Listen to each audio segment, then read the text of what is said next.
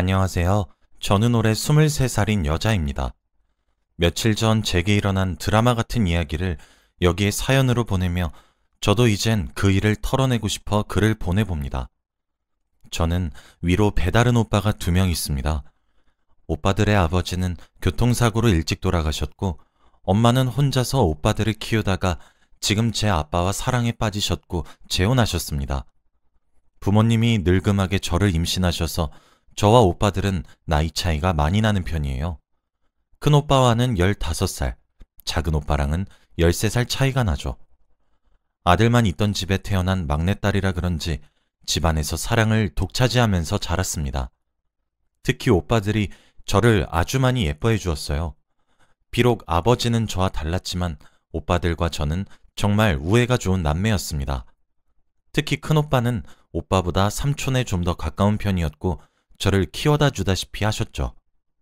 사랑을 많이 받아서 오냐오냐 자라긴 했지만 집안의 풍습이 엄격한 편이라 사랑받는 만큼 제가 잘못한 일에는 눈물이 쏙 빠지도록 혼도 많이 나곤 했죠. 아무래도 부모님은 나이가 많으셔서 훈육 담당은 오빠들이 맡았습니다. 오빠들은 항상 혼을 낸 뒤엔 사랑한다고 꼭 안아주는 일이 저희 남매 사이에 마치 약속처럼 자리 잡았었죠. 그런 오빠들도 여자친구를 만들고 한 명씩 결혼을 하기 시작했어요. 큰 오빠는 5년 전, 작은 오빠는 3년 전에 결혼식을 했습니다. 그런데 여기서 작은 새언니와 제 사이가 문제예요. 큰 새언니는 저희 오빠보다 1살 어리세요.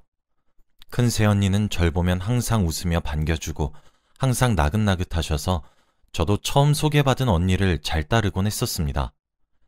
큰 새언니와 있으면 언니가 절 많이 아껴주는 느낌이 물씬 들었거든요. 큰 새언니는 저희 오빠와 연애를 하는 도중에도 간간히 절 만났습니다. 저를 만나지 못하더라도 큰오빠 손에 저에게 케이크 같은 것들을 쥐어보내기도 하셨죠. 천사 같은 언니가 제 가족이 되었을 때 저는 이런 언니라면 제 큰오빠를 양보할 수 있을 것 같다는 생각이 들었습니다. 큰 새언니는 결혼을 하고 나서 저에게 예쁜 동생이 생긴 것만 같아 행복하다며 얘기해 주셨죠. 저도 오빠 말고 언니가 생겼다는 사실이 마냥 기뻤습니다. 그런데 작은 새언니는 달랐어요. 사실 저는 아직도 잘 모르겠습니다. 작은 새언니가 저를 싫어하는 이유를 말이죠.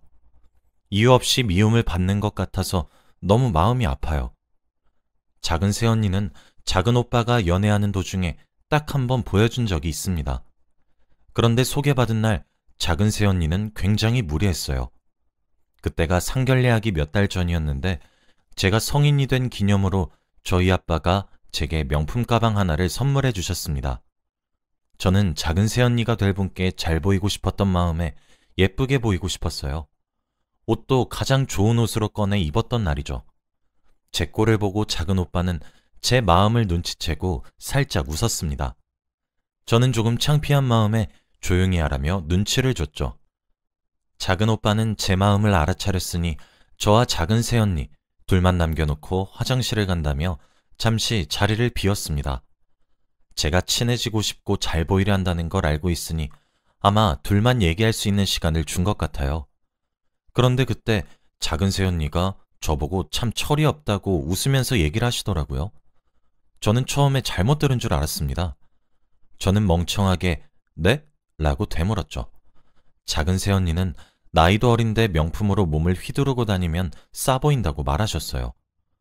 저는 그런 모욕적인 말을 난생 처음 들어봤고 너무 놀랐습니다. 그리고 너무 수치스러웠어요. 그 타이밍에 작은 오빠는 자리에 돌아왔고 작은 새언니는 언제 그런 말을 했냐는 듯 저에게 친하게 지내자고 웃으면서 말을 거셨어요. 저는 그 자리를 더 이상 지키고 앉아 있을 자신이 없었고 얼른 집으로 돌아가고 싶었습니다. 그래서 오빠에게 속이 너무 안 좋다는 핑계를 대고 부랴부랴 그 자리를 도망쳐 나왔어요. 그 이후로는 작은 새언니와 만남을 제가 피하게 되었습니다. 그날 일 또한 그 누구에게도 말할 수 없었어요. 저 때문에 일이 커질 것만 같았거든요. 작은 오빠는 큰 오빠처럼 결혼하고 분가하지 않았어요. 저와 한 집에서 부모님을 모시면서 살겠다고 하면서 말이죠. 그때부터 지옥 같았습니다. 작은 새언니는 가족들 모르게 저를 자꾸 괴롭혔습니다. 특히 가족들로부터 소외되는 일을 자꾸 만들었어요. 가족 외식을 하러 가면 저에게는 말을 안 해주거나 쇼핑을 하러 가서 제 것만 사지 않는다거나. 그런데 매번 그런 상황에 제가 불만을 표시해도 언니는 매번 그럴싸한 말로 상황을 모면했죠. 그런 일이 반복되다 보니 그냥 제가 아무런 말을 하지 않는 것이 빠르고 조용히 끝나는 일처럼 느껴졌고 저는 입을 다물기 시작했어요. 하지만 그럴수록 작은 새언니의 괴롭힘은 점점 대담해졌고 언니가 임신을 하면서 저는 더욱 철저한 약자가 되었습니다. 점점 가족들도 제 말을 믿지 않았어요. 임신한 작은 새언니가 서운하게 해서 미안하다고 울기 시작하면 모든 게 제 탓이 되었고 점점 미운 오리 새끼가 되어갔습니다. 가족이 집을 비우고 저와 언니만 남아있으면 언니는 제게 폭언을 하기 시작했어요. 저와 오빠들의 아빠가 다르다는 걸 이유로 말이죠. 저도 점점 마음의 문을 닫고 있던 어느 날, 큰 새언니로부터 연락이 한 통 왔습니다. 저희 집 근처에서 저와 할 말이 있다고 단둘이서 따로 보고 싶다고 말이죠. 큰 새언니는 저와 만나자마자 저보고 제 이야기를 들어보고 싶어서 물어보는 거니까 오해하지 말라고 말을 하면서 이야기를 하셨죠. 저는 큰 새언니의 이야기가 진행될수록 놀란 입이 다물어지지 않았습니다. 큰 새언니의 이야기는 작은 새언니가 큰 새언니에게 연락을 해서 아가씨가 자기를 너무 괴롭힌다고 호소했다는 이야기였거든요. 자기가 짚고 넘어가기엔 일이 너무 커질 것 같아서 어떻게 해야 할지 모르겠다고 말했다더라고요. 저는 눈물이 쏟아졌습니다. 큰 새언니는 난 네가 그러지 않았을 거란 것을 알고 있어. 내가 본 너는 그런 사람이 아니기 때문이야. 무슨 오해가 있나 싶어서 네 입장을 듣고 싶어 찾아온 거야. 라고 말하셨죠. 저는 이제까지 꾹꾹 눌러 참아온 서름을 큰 새언니에게 처음으로 엉엉 울면서 쏟아냈습니다. 언니는 제 이야기가 진행되면 진행될수록 무섭도록 표정을 굳히셨어요. 언니는 중간에 제 말을 단 한 번도 끊지 않고 묵묵히 들어주셨죠. 이야기가 끝나고 저희 사이에는 잠시 정적이 돌았습니다. 언니는 제게 진짜냐고 되물었고 저는 하늘의 맹세코 진실이며 어찌해야 될지 모르겠다고 대답했어요. 큰 새언니는 한참 뒤에 녹음을 한번 해보는 건 어떻냐고 제게 물어보더군요. 제가 왜 그 생각을 못한 건지 저는 그런 생각은 못했다며 한번 해보겠다고 대답을 했고 언니는 그 길로 저를 데리고 나가 볼펜처럼 생긴 녹음기를 하나 사줬습니다. 저는 연신 고맙다고 얘기했고 그 이후 호시탐탐 기회만 노리고 있었어요.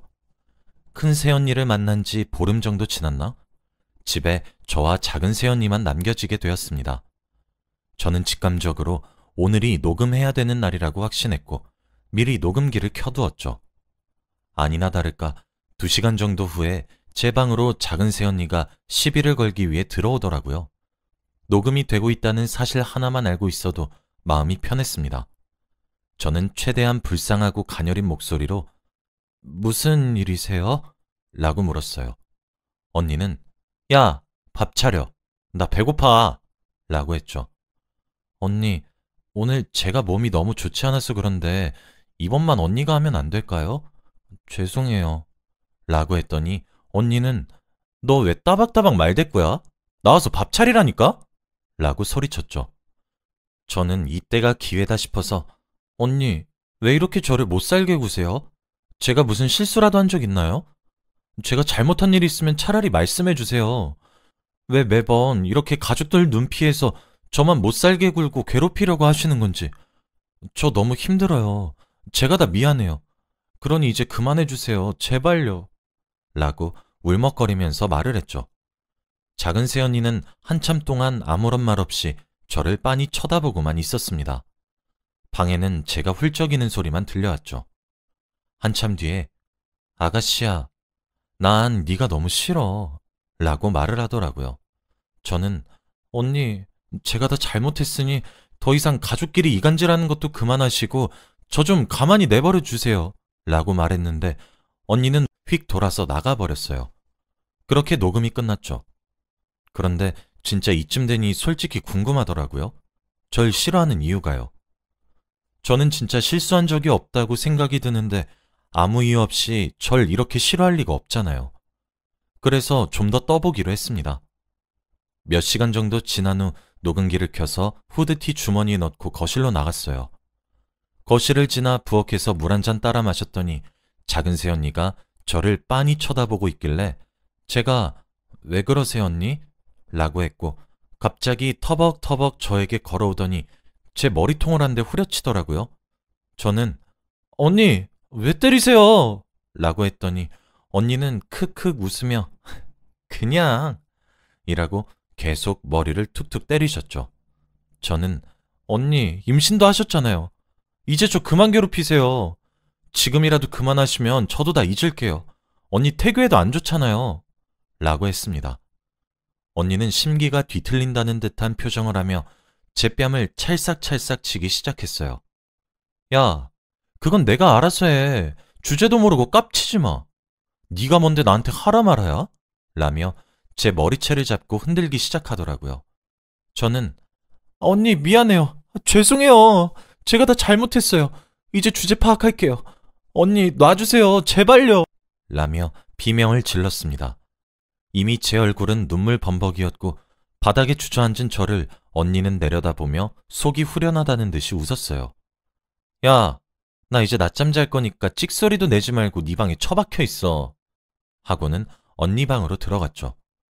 저는 넋이 나갈 것만 같았지만 방으로 들어가서 서둘러 노트북을 킨 다음 녹음 파일 2개를 제 메일로 보내서 백업시킨 다음에 큰 새언니에게 카톡으로 보내줬어요. 오늘 녹음 다 했다고 말하면서요. 큰 새언니는 녹음 파일을 듣고 저에게 연락을 한다고 답장하셨죠. 언니는 한참 뒤에 전화가 걸려왔지만 저는 작은 새언니가 제 방에 또 들이닥칠까 싶어 전화를 거절했습니다. 그리고 카톡으로 연락을 하기 시작했죠. 큰 새언니는 제게 먼저 괜찮냐고 물어봐 주시고 오늘 저녁에 언니가 저희 집으로 올 테니 같이 얘기해보자고 하셨어요. 옆에서 제 손을 잡고 편을 들어줄 테니 한번 용기 내보자고 말이죠. 저는 알겠다고 답장했고 가족들이 귀가하기만 기다렸습니다. 하나둘씩 집에 가족들이 왔고 마지막으로 큰오빠와 새언니가 도착했어요. 큰 새언니는 가족을 거실로 불러 모았고 저를 방에서 데리고 나왔습니다. 제 손을 꼭 잡아주며 할 수 있다고 말해주는 언니를 보고 용기를 냈어요. 눈치를 보니 큰오빠도 무슨 일인지 아무것도 모르는 눈치더라고요. 저는 재생하기 전 가족들에게 나도 진짜 많이 생각했고 고민 많이 했어요. 내가 아무런 말도 없이 참기만 했던 이유는 저로 인해 가족 간에 큰 불화가 생겨서 일이 커질까봐 그거 하나 너무 걱정이 돼서 나 하나 참고 말자 그렇게 계속 다짐했어요. 근데 점점 너무 도가 지나치고 참기 힘들어졌어요. 나랑 같이 사는 가족들은 내가 변했다고 작은 새언니 편만 들었는데 유일하게 큰 새언니만 내 말 믿어줬어요. 진짜 나 너무 힘들고 죽고 싶었어요. 이거 들으면 어떻게 행동해야 할지 모르겠는데 그냥 진실을 알려주고 싶었어요. 라고 말을 하니 작은 새언니는 아가씨, 또 제가 뭐 서운하게 한 적 있나요? 아가씨, 저도 이제 너무 지쳐요. 이제 그만 좀 하면 안 되나요? 라며 지지 않고 말을 하더라고요.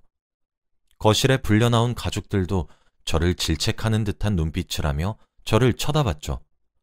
큰 새언니는 옆에서 한숨을 푹 쉬며 그래도 얘가 이렇게까지 말을 하고 싶다는데 한 번 정도는 우리 들어보는 건 어떨까요?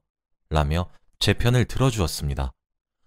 저는 언니의 손을 꼭 잡은 채로 방에서 가지고 나온 노트북을 켰고 오늘 녹음된 파일을 틀었습니다. 파일이 재생되면 될수록 가족들의 표정은 굳어졌어요. 점점 경악에 차서 사색이 되던 표정들은 제가 맞으며 내뱉는 비명소리에 절정을 찍었고 엄마는 뒷목을 잡고 주저앉으셨고 아빠 또한 입을 다물지 못하셨습니다.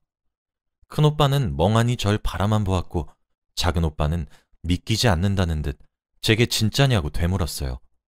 큰 새언니만이 제 옆에서 저를 꼭 안아주었죠. 작은 새언니는 사색이 된 표정으로 전부 오해라고 소리치기 시작했습니다. 그 소리에 작은 오빠는 작은 새언니를 끌고 방으로 들어갔고 거실은 정막에 둘러싸였어요. 큰 새언니는 가족들에게 일단 제가 조금 쉬어야 될 것이라며 말한 뒤 방으로 데려다주며 잘했다고 토닥여줬어요. 제 얼굴은 이미 눈물로 범벅되어 있었죠.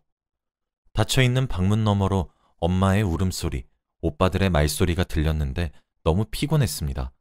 그냥 잠에 빠져들고 싶었어요. 저는 쓰러지듯 침대에 누워 어느새 울다 지쳐 잠들었죠.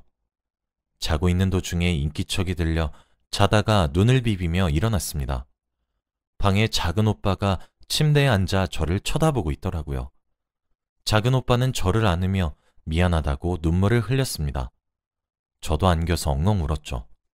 오빠에게 이끌려 거실로 나가니 작은 새언니는 바닥에 무릎을 꿇고 앉아 있었어요. 두 눈은 부은 걸로 보니 울었던 것 같았죠. 작은 오빠는 무서운 표정을 지으며 작은 새언니 보고 당장 사과해 라고 말을 했어요. 언니는 표독스러운 표정을 지으며 마지못해 미안하다고 말했죠.